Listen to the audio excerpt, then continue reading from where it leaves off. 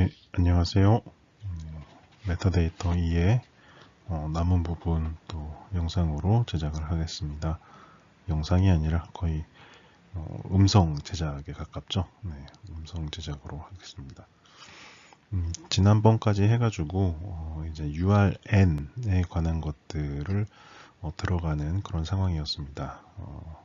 인터넷 자원, 정보 자원에 대한 식별자 를 다루면서 URI라는 개념들이 처음 제정이 되기 시작했고 그 하부 세부 요소로서 URN, URL 뭐 이러한 것들을 구성을 해보았다. 1998년도 뭐 그때 정도에 그렇게 해서 문서화했었다라는 것까지 설명을 드렸던 것 같아요. 그래서 URN과 URL에 대해서 조금 살펴봤던 것 같습니다. 그래서 URL 같은 경우는 우리가 많이 사용하고 있는 그러한 인터넷 주소창에 입력하는 그 주소가 이제 URL의 형태입니다.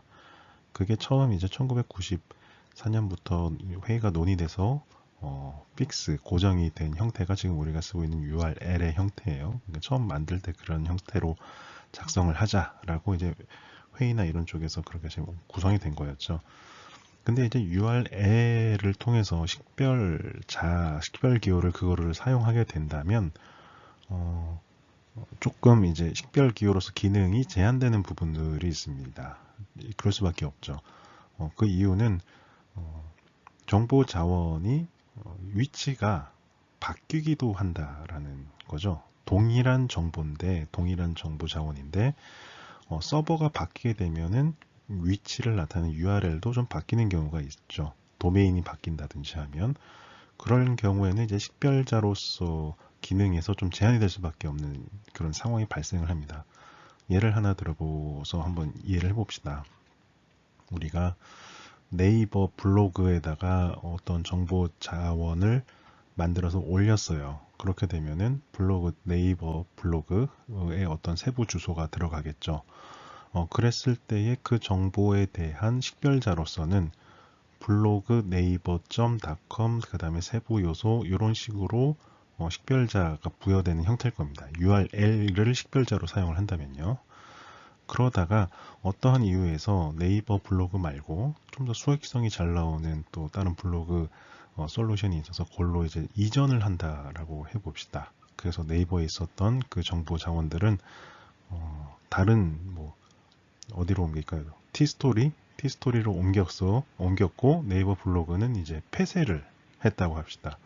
그럼 동일한 정보 자원이 웹상에 존재를 하고 있습니다. 근데 위치는 서버 위치가 이제 티스토리로 바뀌었기 때문에 URL 같은 경우는 기존의 blog.naver.com으로 시작하는 그 URL과는 다른 형태로 이제 작성이 되죠. tstory.com 해서 또 세부 요소가 들어가겠죠. 동일한 정보 자원인데 식별자가 바뀌게 되는 형태가 발생을 하게 됩니다. 그럼 이전에 식별 기호로서 가지고 있었던 것들은 그러면 이용자들이 그 URL을 알고 있었다가 나중에 접근할 때 문제가 생길 수밖에 없죠. 그래서 하나의 정보 자원인데 식별자가 두 개가 되어버리는 문제가 될 수 있죠. 그래서 링크가 깨져버려서 사용자가 접근하지 못하는 그러한 식별자로서의 기능이 또 있을 수도 있습니다. 그렇지만 또 과거의 식별자와 현재의 식별자가 두 개가 존재를 하는 거예요.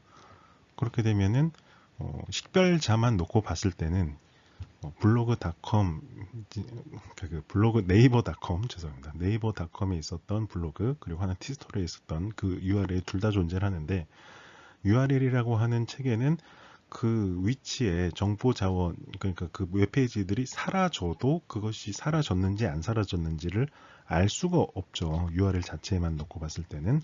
그래서 식별기호의 식별기호의 주요한 기능 중에 하나였던 식별자만 놓고 그 두 개의 뭐 정보든 뭐 어떤 컨텐츠가 서로 같은 것인지 다른 것인지를 식별을 할 수가 있어야 되는 기능이 식별 기호로서의 기본적인 기능이 되잖아요. 근데 URL이라는 것이 계속해서 막 여러 개를 상성이 되는 거죠. 서버를 이전할 때마다 URL은 다르게 발생이 되기 때문에 그렇게 되면 비교를 한번 해봅시다. 과거 네이버 블로그에 있었던 URL 그리고 지금 티스토리에 있었던 URL 두 개는 동일한 정보 자원이지만 식별 기호가 달라요. 그러면 두 개가 서로 다른 정보 자원 컨텐츠로 인식이 될 수밖에 없는 그런 문제가 되는 거죠. 식별 기호 자체가 바뀌어 버리니까요.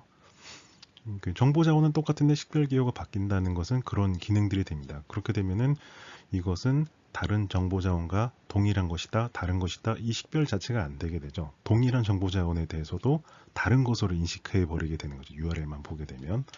또 그러한 문제가 있을 수 있고, 또 반대로 적용을 한다고 하면은 이제 URL로 접근이 안 되는 그런 모습들, 부분들이 존재를 한 깨진 링크 같은 건 존재를 하기 때문에 그러한 부분에 있어서도 식별자로서의 제한이 되고 있었습니다.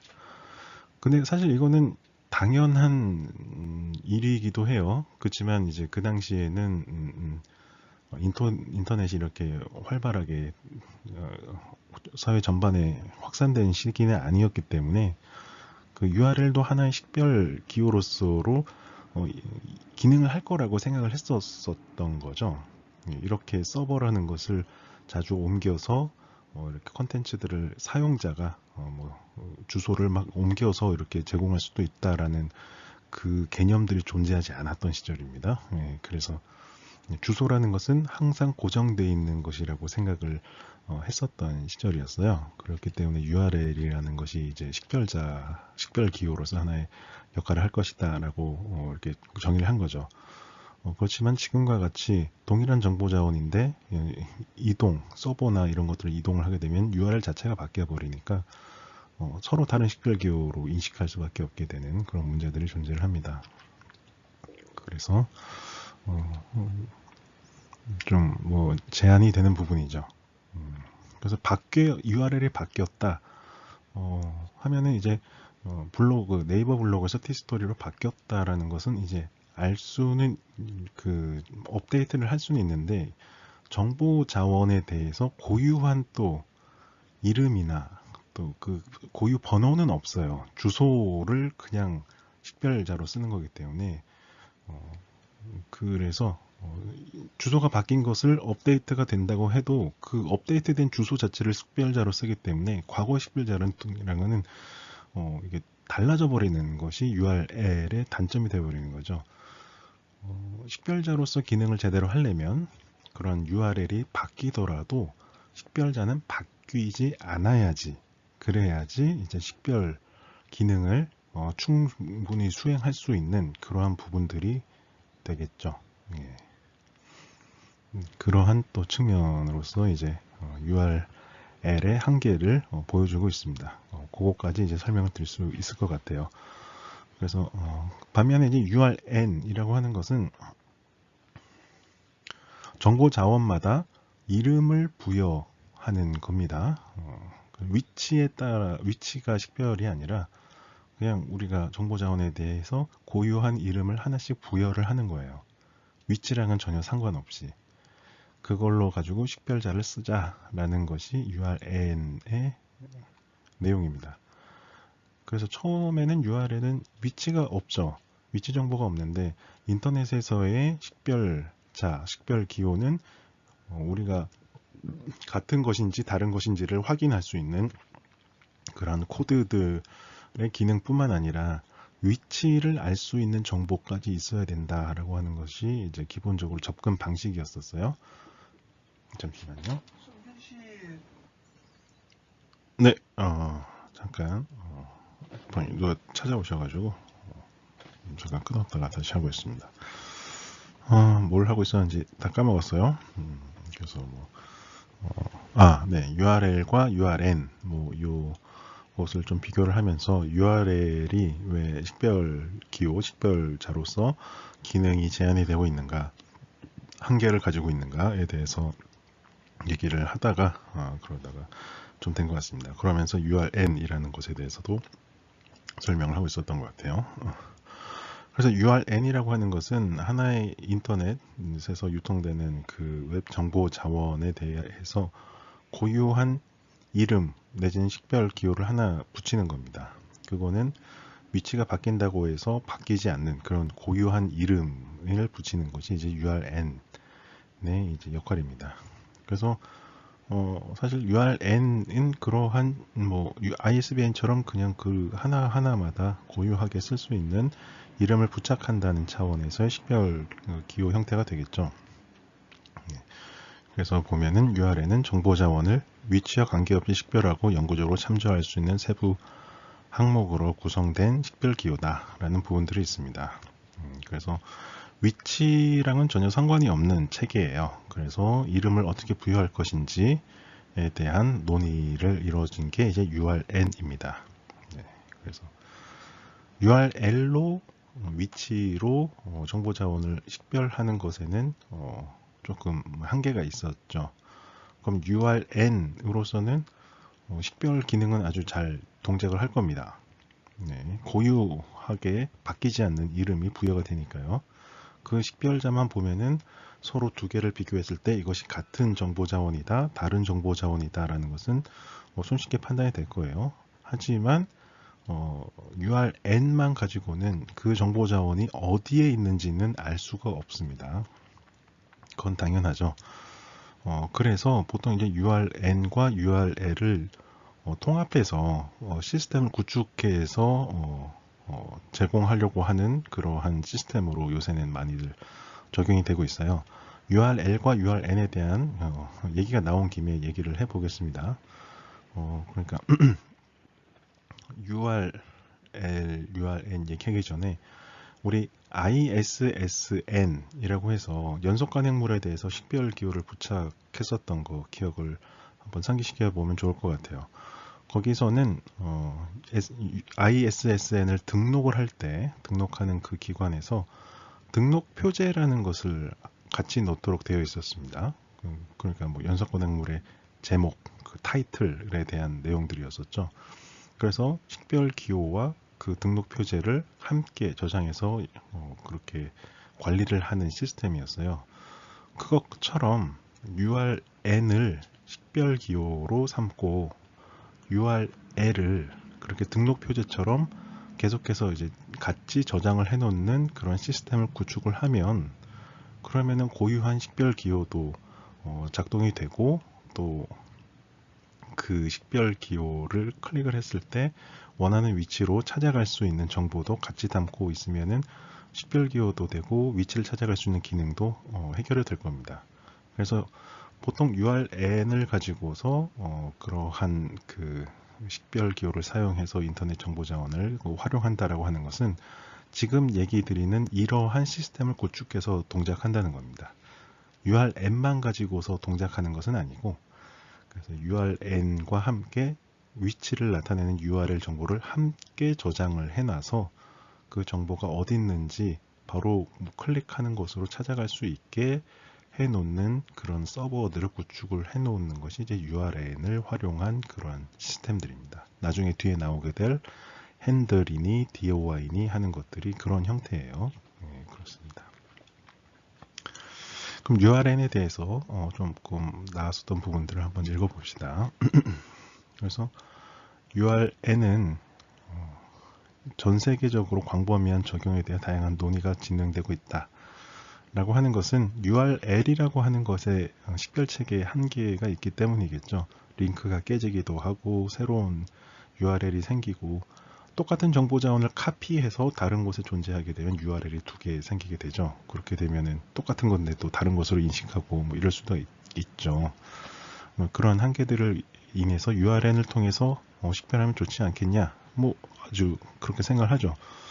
그래요. 실제로 그 우리의 웹페이지들을 다 그냥 고유한 이름을 부착을 하고 실제 주소들은 따로 저장을 해놓는 형태로 하면은 어딜 가서든 동일한 이름으로 작용할 겁니다. 그럼에도 불구하고 현재에 그렇게 URN을 통해서 정보자원, 인터넷 정보자원을 이름을 부여하고 그것을 식별하는 게 많이 이루어지지 않는 이유 중에 하나는 제 개인적으로는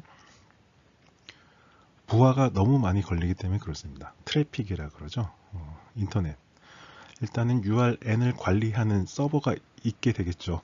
거기에 URL도 같이 저장을 해 놓는 건데, 인터넷 정보 자원을 접근하려고 하면은 무조건적으로 그 서버에 접근을 해서 거기에 URL로 뭐 리디렉션 그냥 바로 그쪽으로 연동시켜 준다든지 그러한 간단한 작업이라도 그것이 전 세계의 모든 인터넷 자원이 그러한 형태로 가지고 된다면 생각보다 많은 자원이 필요하고 많은 트래픽이 더 발생할 겁니다.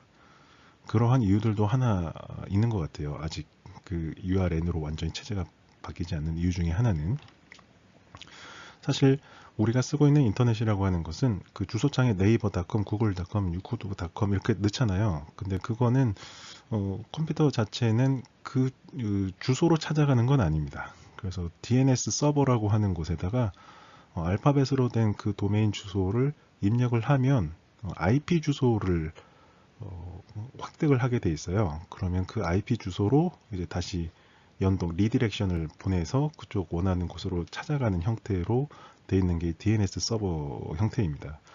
그러한 DNS 서버와 같은 것들이 전방위적으로 구축이 또 돼야 된다라는 부분들이 되겠죠.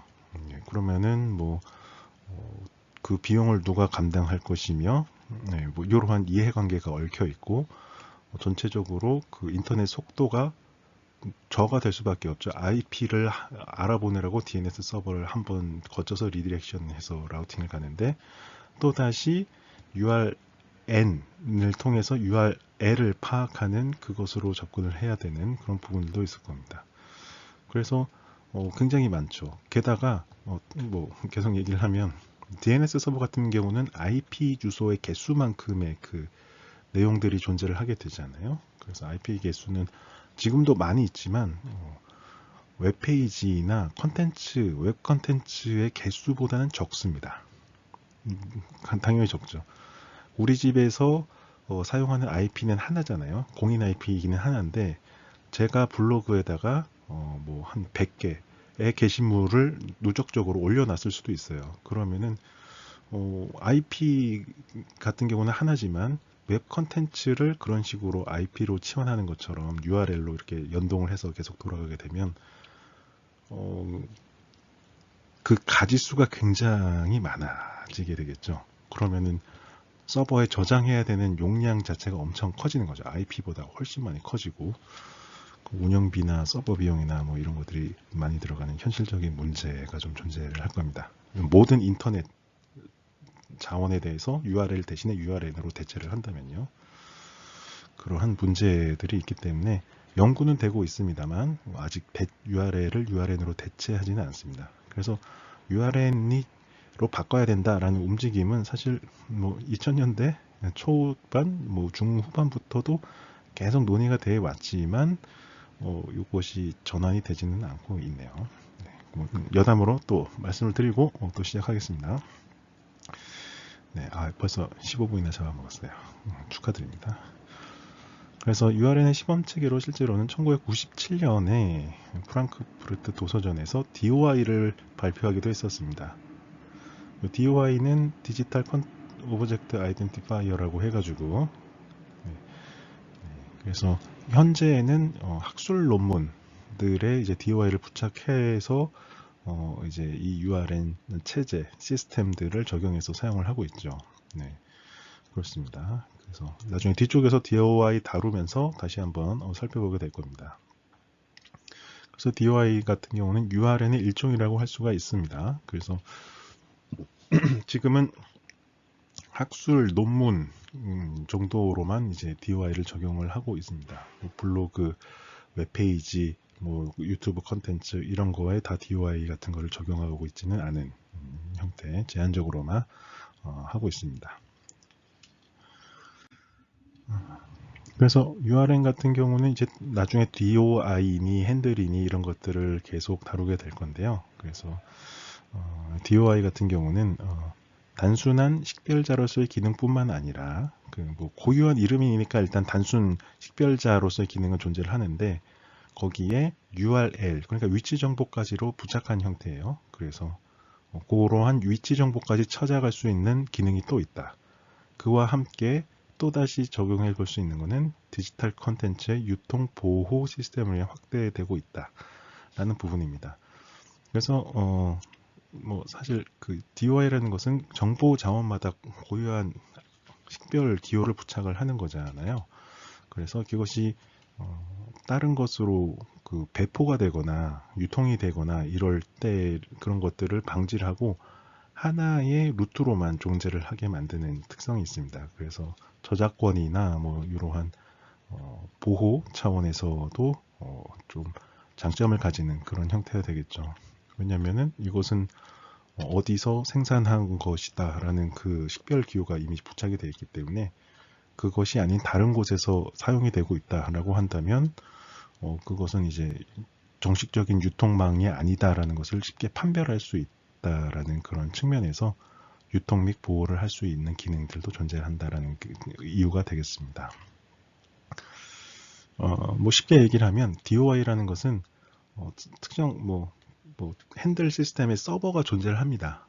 그것을 통해서만 실제 URL을 변환을 할 수가 있어요. 그 서버를 통해야지만.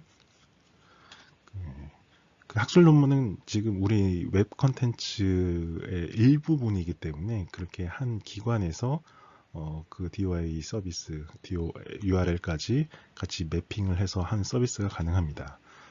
그래서 DOI 같은 경우는 그것을 어떤 특정 프락시 서버 같은 곳의 주소에 입력을 하지 않으면 사실 그 위치 정보는 알 수가 없어요. 예. 그냥 단순히 ISBN 같은 겁니다. 그것을 가지고 추적해 갈 수는 없죠. 그 ISBN 같은 건 DOI를 특정 웹사이트, 그러니까 웹서버에다가 그거를 입력을 하면 그 위치를 알려주는 그러한 서버를 구축해서 이제 돌아가게 있어요. 그 링크를 거는 것도, DOI에 링크를 거는 것도 그 서버에다가 그것을 보내는 링크만 걸어주는 형태가 됩니다. 그래서 그걸 클릭하면 그 서버로 갔다가 실제 URL 정보를 타고 그 실제 위치를 타고 들어가게 되는데, 그러니까 그러한 경로로만 실제 그 정보 컨텐츠를 접근을 할 수 있는 부분들이 된다라는 거죠. 그러니까 DOI 자체로만 봤을 때는 이게 어디 있는 건지, 어떻게 되는 건지, 실제 컨텐츠 내용이 담고 있는 건 아니고 식별책이기 때문에 그런 차원에서 뭐 정보 보호가 된다. 유통도 하나의 유통망으로 단일화해서 다른 뭐 흔히 얘기하는 삥땅 치는 유통망을 막을 수 있는 뭐 그런 형태가 되겠습니다. 일종의 애플 같은 경우는 구글 플레이 스토어 말고 앱 스토어가 따로 애플 스토어가 있죠. 그 앱을 다운받을 수 있는. 애플은 거기서만 아마 앱을 다운받을 수 있을 거예요. 그렇다 보니까 뭐 다른 부분들에서 불법적으로 수익을 발생시키거나 그런 부분들을 유통 자체가 안 되니까 그런 것을 하고 있습니다. 그래서 DOI에서 디지털 콘텐츠의 유통을 보호한다는 얘기는 그런 차원에서의 의미라고 할 수 있겠습니다. 네. 그래서 URN 같은 경우는 일단은 식별 체계를 수립하기 위해서는 식별자를 표현하는 구문 구조가 일단 있어야 되겠죠. 뭐 ISBN이 13자리고 이렇게 숫자로 이루어진다 뭐 이런 것처럼 URN에 대해서도 어떤 구문 구조는 정해줘야 될 겁니다. 그래서 그러한 것들을 여기 IETF와 ANSI, 이거는 이제 미국 국가표준기구입니다. 여기에서 식별자 URN은 표현하는 구문 구조를 표준으로 규정을 하고 있습니다. 그래서 이러한 구문, 네, 좀 소음이 들어가고 있습니다. 비행기가 좀 돌아다니고 있어서요. 죄송합니다. 그래서 이러한 그 구문 구조를 정의를 하고 있습니다. 그래서 이 구문 구조를 한번 이 표준 번호에 들어가서 문수권을 보면은 그것을 볼 수가 있습니다. 그래서 URN의 특성이라고 한다는 것은 일단 URN이 무엇인지는 이제 대충 확인을 하셨을지 모르겠지만 뭐 예시를 들어서 표현을 하자면 그렇습니다. 우리가 시청하고 있는 유튜브 컨텐츠에 대해서 URL이 아닌 이것은 누가 언제 몇 시에 작성한 무엇이다 라는 그러한 것들을 이름으로 하나 부착을 하는 형태입니다. 그리고 그것을 거기에 링크를 걸어서 이제 다른 사람들에게 뭐 볼 수 있게 그런 형태로 유통이 된다든가 그런 형태가 되는 것이 URN의 형태인데, 이러한 것이 가지는 특성이라고 한다는 것은 이제 첫 번째로 뭐 세계 공통으로 적용할 수 있다라는 의미는, 웹 공간, 사이버 공간이라는 것은 사실 하나의 공간이죠. 전 세계에서 통용되는 하나의 공간이니까 UR이라는 그 요 체계가 웹에서 거기서 사이버 공간에서 유통이 되고 그렇게 되게 되면 사실 뭐 세계 어디서든 다 적용 가능한 뭐 그러한 요소가 되겠죠. 우리 뭐 트위터니 유튜브니 이런 것도 미국이나 한국이나 뭐 동일하게 주소를 치고 접근하고 그런 거잖아요. 그런 것처럼 URN도 국가를 초월해서 모두가 다 접근 가능한 뭐 그러한 식별 체계로서의 의미를 가진다. 뭐 그렇습니다. 그리고 유일성이라고 하는 것은 식별 기호가 가지고 있는 기본적인 이유 중에 하나죠. 네. 하나의 정보 자원에는 하나의 식별 기호를 갖는다. 두 개의 정보 자원을 공유하지도 않고 또 하나의 정보 자원에 대해서 두 개의 식별 기호를 가지도 않고, 뭐 이것이 이제 유일성입니다. 그리고 세 번째로는 영구성이라고 있는데, 이것은 시간이 지나고 또는 위치가 바뀌고 해도 바뀌지 않는다는 특성입니다. 그거는 사실 뭐 이유는 동일합니다. URL이 그렇지 않기 때문에 URN의 특성에 대해서 넣긴 했는데, 뭐 한번 부여받은 뭐 학번이든 주민등록번호는 뭐 시간이 지난다고 해서 뭐 제가 졸업했다고 해서 바뀌진 않죠. 그런 차원에서 영구성이라는 것은 어디서든 존재를 하고는 있습니다. 그리고 규모 확장성이라고 하는 것은 사실 URN이라고 하는 부착을 하는 그 시스템은 가지수가 정해져 있진 않아요. 무한대, 자릿수 역시 정해져 있지 않기 때문에 무한대의 개수의 이름들을 만들어서 확장해서 쓸 수가 있습니다. 그래서 그러한 측면에서 확장성이 있다라고도 얘기를 할 수가 있겠습니다. 그리고 기존의 명명 시스템을 지원한다 라고 하는 것은 ISBN을 예로 들면 이 URN이라고 하는 곳에 ISBN을 끌고 와서 그것을 또 확인해서 넣을 수도 있어요. 네, 그런 식으로.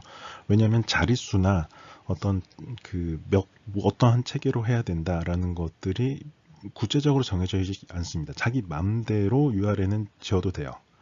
그 안에 ISBN을 넣어도 되고 자기 주민등록번호를 사실 넣어도 됩니다. 개인정보이기 때문에 그런 건 안 되겠지만 예를 드는 겁니다. 그래서 기존의 식별 기호들이 많이 있잖아요. 그 기호들을 그냥 넣어놓고 이것은 인터넷에서 사용하는 URN이다 하면은 그것이 적용이 된다라는 의미가 됩니다.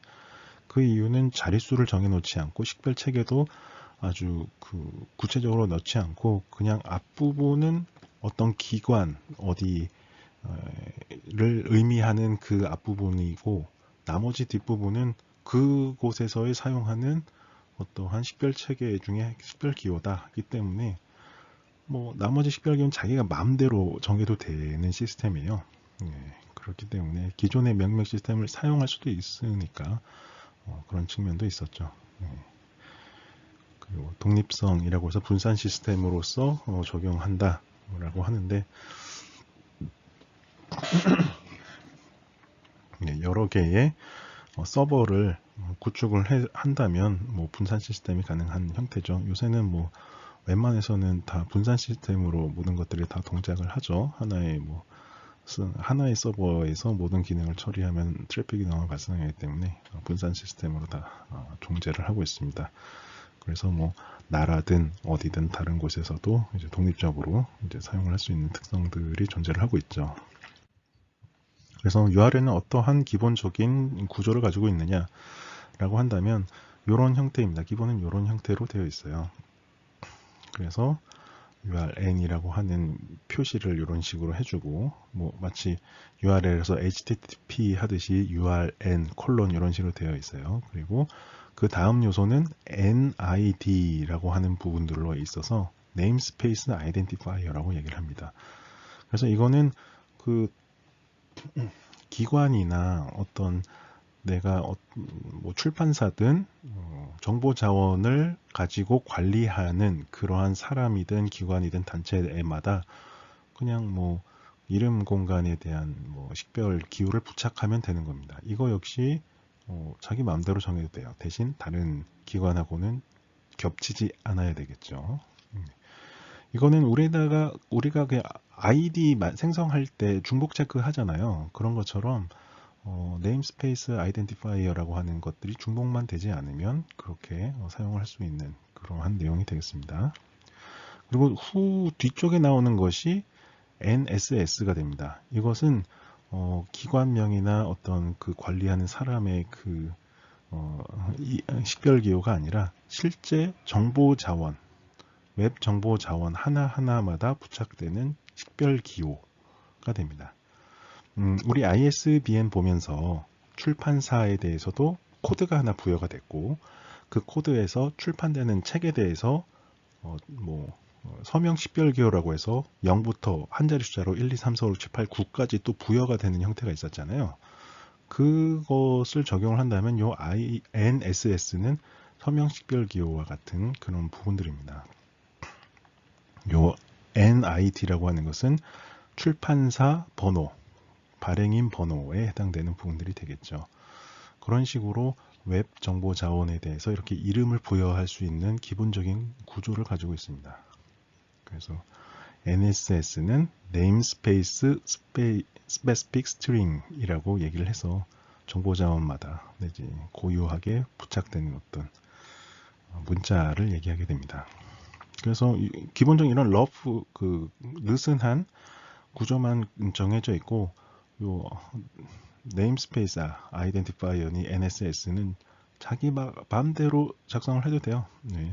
그렇기 때문에 자릿수도 상관없습니다. 10자리, 20자리 상관이 없습니다. 그래서 앞서 얘기했던 특징들이 다 적용이 되는 특징이 있어요. 그래서 URN의 예시를 보면 이렇습니다. URN이라고 하나 써주고 콜론 이렇게 구분을 하고, 또다시 여기 콜론을 구분해서 보면은 요 두 번째 해당되는 요거는 네임스페이스 아이덴티파이어가 되죠. 그러니까 XDNS2라고 하는 그러한 이름이 부착된 어떤 특정 기능을 수행하는 출판사든 아니면은 기관이든 아니면 개인마다 아이덴티파이어를 부착할 수도 있습니다. 여러 개의 아이덴티파이어를 부착할 수도 있어요. 나 개인에 대해서도 두세 개를 해놓고 넣을 수도 있죠. 그래서 요로 앞부분이 아예 어떤 사람을 대표하는 내지는 기관을 나타내는 그런 NID, Namespace Identifier를 한다면, 나머지가 이제 정보 자원에 대한 식별 문자가 되겠습니다. 여기 같은 경우는 URL에 어떤 내용들을 많이 넣은 것 같아요. 요 뒤쪽에서 보면 여기 콜론이 또 들어와 있죠. 근데 요거는 또 구분이 되는 게 아닙니다. 앞에 콜론으로 구분되고 나머지는 콜론이 등장하든 말든 전부 다 식별 기호인 거예요. 그렇게만 구분이 됩니다. 앞에 콜론만. 그래서 이런 거 같은 경우는 보면은 지금 사용하고 있는 URL과 굉장히 흡사한 형태를 쓸 수 있죠. 그러니까 기존의 식별 체계를 가져와서 정보 자원에 부착해도 상관없다는 내용이 된다는 얘기가 그거와 같습니다. 요것도 이제 URN, 요건 앞에는 네임스페이스 아이덴티파이어가 될 거고, 나머지도 거의 위에 거랑 비슷하죠. 근데 이제 약간 숫자나 요 끝에 문자 정도만 바꿔서 서로 다른 정보 자원임을 우리 식별할 수 있는 식별 기호를 사용하고 있습니다. 밑에 부분들은 이제 ISBN을 적용한 케이스입니다. 한 가지 예를 든다면 인쇄 자료로 출판한 책이 있어요. 근데 그것을 만약에 스캔을 한다, 디지털화를 해가지고 그것을 웹에다가 올렸다라고 생각을 해봅시다. 웹에서 이제 인터넷 정보 자원에서 배포가 할 수 있다라고 하면은, 그것에 대해서는 이제 또 ISBN이라고 하는 그 네임스페이스 그 식별 체계에서 또 ISBN을 가져와서 그걸로 식별 기호를 써도 상관이 없는 형태가 될 겁니다. 그렇게 되면은 기존의 식별 체계를 가져오면 더 많은 정보를 내포하고 있기는 하죠. 이 식별 기호를 봤을 때는 이 인쇄본의 ISBN이 참고를 하면 어떤 내용을 갖고 있는지를 인쇄 자료, 책을 통해서도 확인을 할 수 있는, 정보장을 가지 않더라도 그렇게 할 수도 있겠죠. 그런 특징들이 있습니다.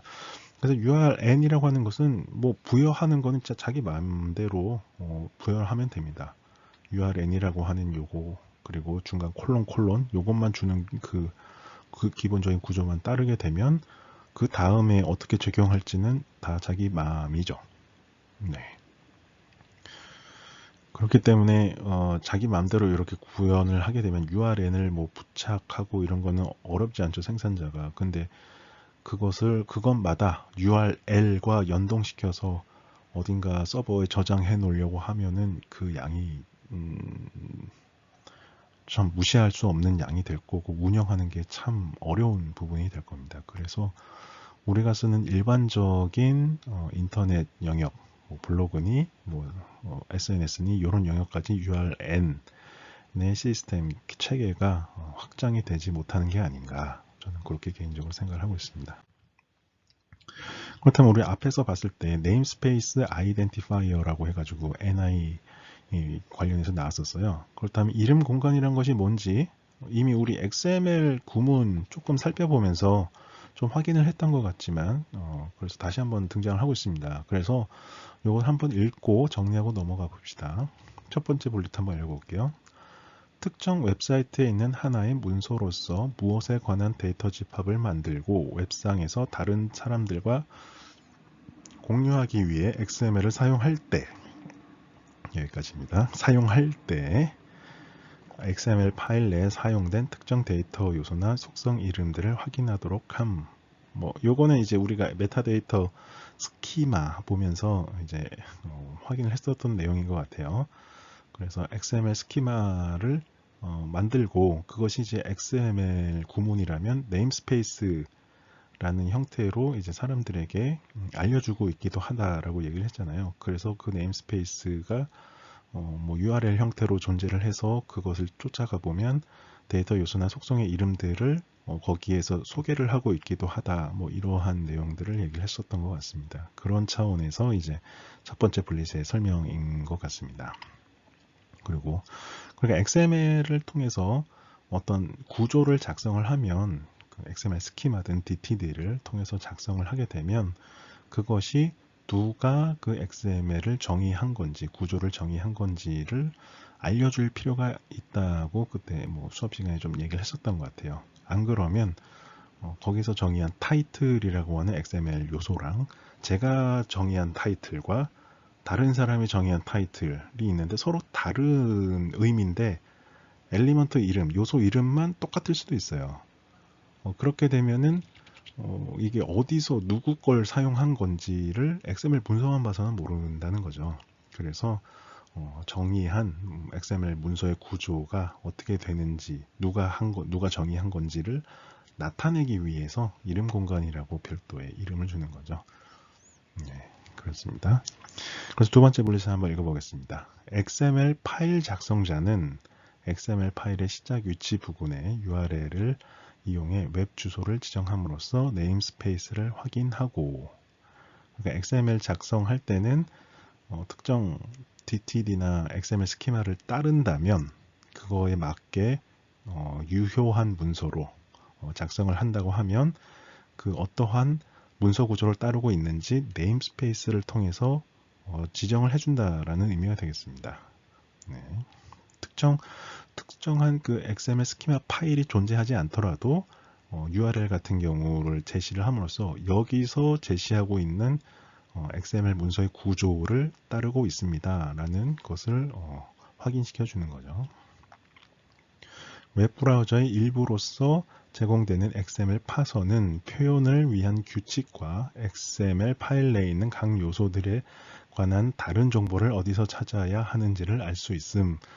이거 좀 말이 좀 암호같이 되어 있긴 하죠. 그러니까 웹브라우저 같은 경우에서는 XML을 이제 클릭해서 화면에 띄우게 되면은 그것이 XML 구문 규칙에 맞는지 안 맞는지에 따라서 이제 화면에 보여지는 형태와 함께 XML의 구조를 다루고 있는 XML 스키마나 XML DTD 파일은 어디서 찾아야 되는지 알 수가 없잖아요. 그것이 이제 네임스페이스가 거기다. 그쪽에 가서 그 구조에 대한 파일이나 구조 내용들을 가져와서 그것을 적용해서 이것이 그 구조에 맞게 밸리드하게 유효하게 작성이 됐는지를 검사한다든가 그런 걸 할 때 또 네임스페이스를 찾아가서 그 정보를 확인할 수 있다.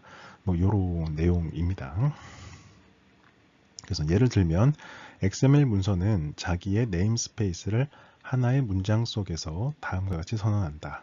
이것은 이제 첫 줄 다음에 URL을 이용해서 네임스페이스를 사용한다는 것에 대한 예시입니다. 우리가 그 예전에 살펴봤었죠. 사실은 여기가 여기에 엘리먼트 이름이 있죠. 엘리먼트 시작 태그 안에 그 네임스페이스를 이런 형태로 선언을 하게 되죠. 네임스페이스, 이건 콜론 다음엔 축약형. 요 XML 문서에서는 요 네임스페이스를 사용한 엘리먼트 이름은 어떻게 쓸 거냐 했을 때 요 뭐 축약형을 한번 써주고 한정자죠. 그리고 콜론 하고 그 다음에 엘리먼트 이름 이렇게 쓰는 형태였었죠. 그럴 때 사용하는 축약형을 함께 작성하고 이 URL 형태, URI죠. 사실 정확하게 얘기하면 URI 형태로 이렇게 그 정보들을 넣게 됩니다. 그래서 XML 파서는 XSL이라는 글자로 시작되는 XML 파일 내에 어떤 엘리먼트가 있죠. 필드의 요소나 태그 등을 어떻게 처리할지 알게 해준다라는 내용이 됩니다. 요거는 여기에 해당되는 내용의 문서 구조에서 정의한 요소나 필드를 가져와서 적용하면 파싱을 하면 된다라고 이렇게 시스템이 알 수 있는 거죠. 사람도 알 수 있는 거고 그렇습니다.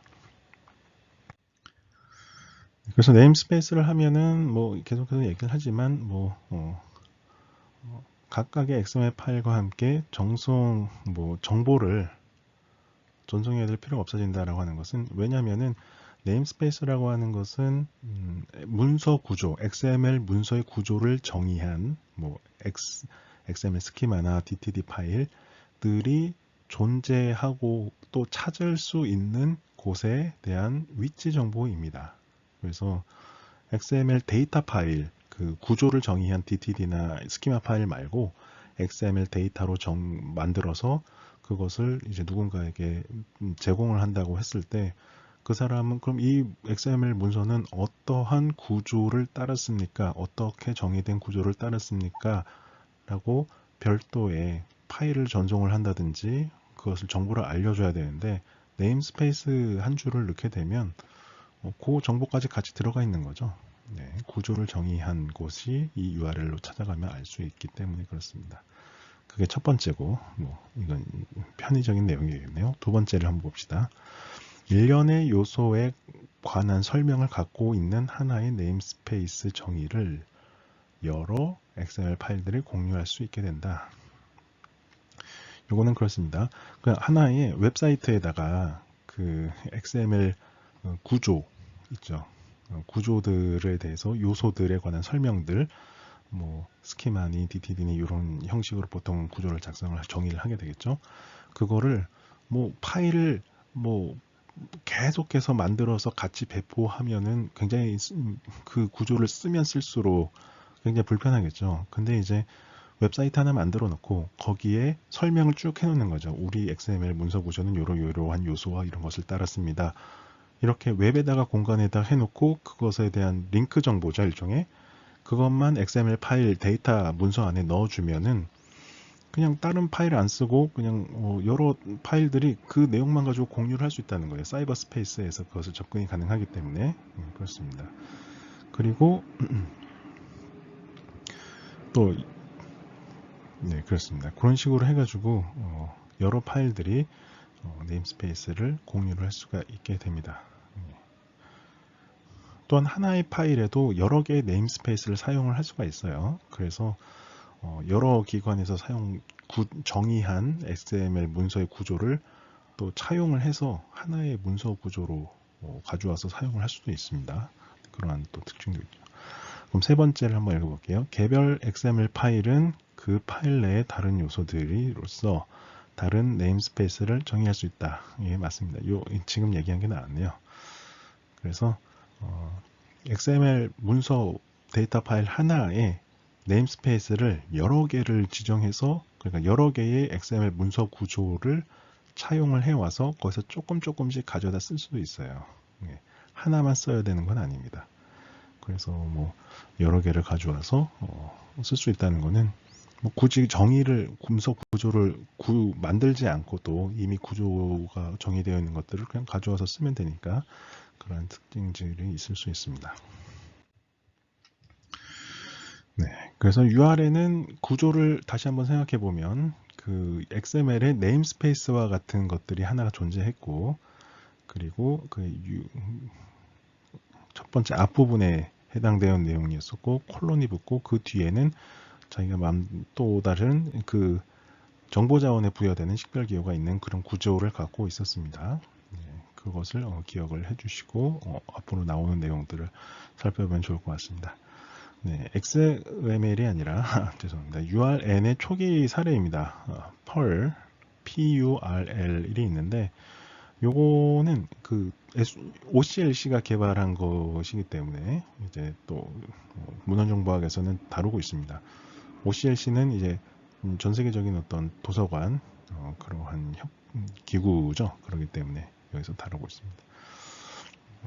그래서 OCLC가 개발한 또 이 체계로서 URN의 표준 정착에 대비한 임시체계였습니다. 이게 초기 사례는 굉장히 오래전 얘기예요.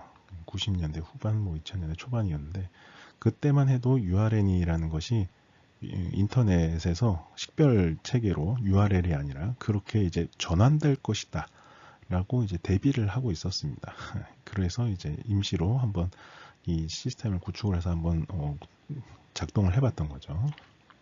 그래서 URN에서 복잡한 기명을 채택하는 대신에 서버에서 일종의 프록시 서버를 사용해 영구 식별 체계를 구현했다 라고 되어 있습니다. 그래서 프록시 서버를 사용을 한다라는 것이 특징 중에 하나죠. 그래서 프록시 서버가 뭐냐면 어떤 이름을 URN을 통해서 입력을 하면 그것에 대해서 URL이나 다른 구체적인 정보들을 반환을 해서 사람들에게 보여줄 수 있는 그러한 기능을 하기 위한 거죠. 다른 곳으로 리디렉션 하기 위한 중간 기착지로서의 어떤 서버 역할을 하는 거죠.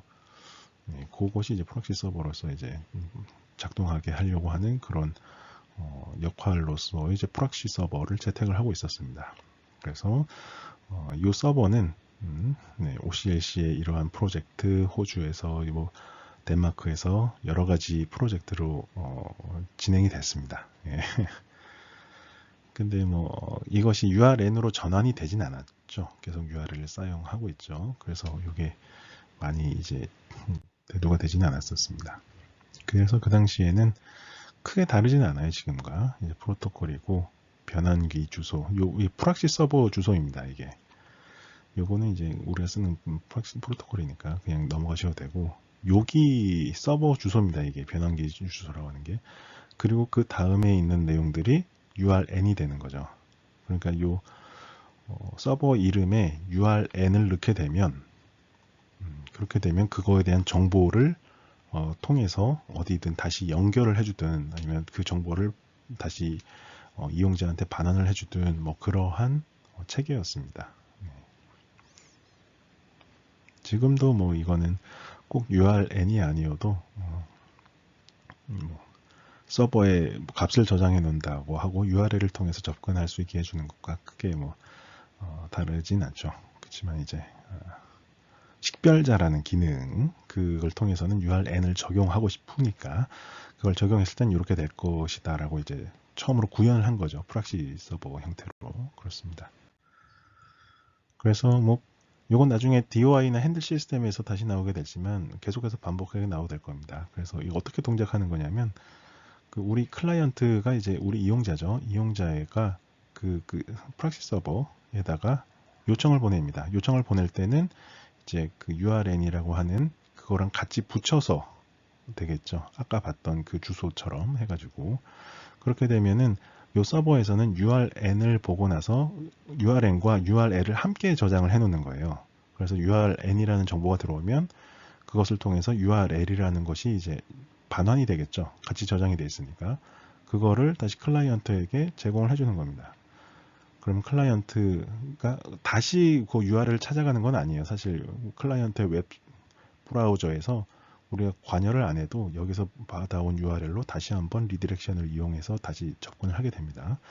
그래서 자원이 저장되어 있는 서버든 어디든 다른 곳에다가 직접적인 접근을 하게 되는 거죠. 요청을 보내고 그거에 대한 자원을 받는 형태가 되는 겁니다. 죄송합니다. 네, 50분이 되었네요. 네, 이런 형태의 URL을 적용한 체제가 지금 현재에서는 핸들 시스템이라고 해서 DOI에서 주로 적용이 되고 있다는 것을 다음에 또 설명해 드리게 될 것 같습니다.